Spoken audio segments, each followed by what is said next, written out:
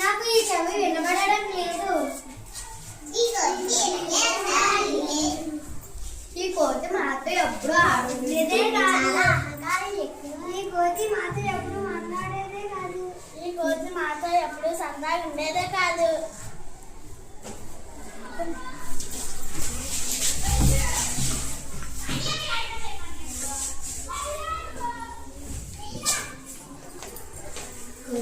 కోతి మామ ఎందుకు ఎలా వచ్చావు?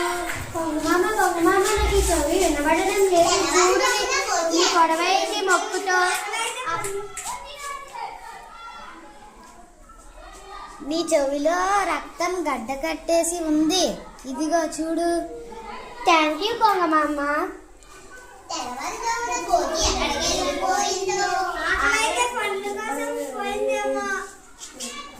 కోతికి అహంకారం ఎక్కువ. ఆ కోతి మనతో ఎప్పుడో అట్లేదే కాదు. ఆ కోతి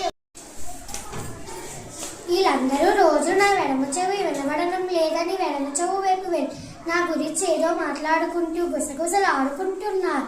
అమ్మో, ఈ రోజు నుంచి నేను వీళ్ళతో కలిసిమెలిసి ఉండాలి, కలిసిమెలిసి ఆడుకోవాలి. వస్తారు, ఆడుకుందాము.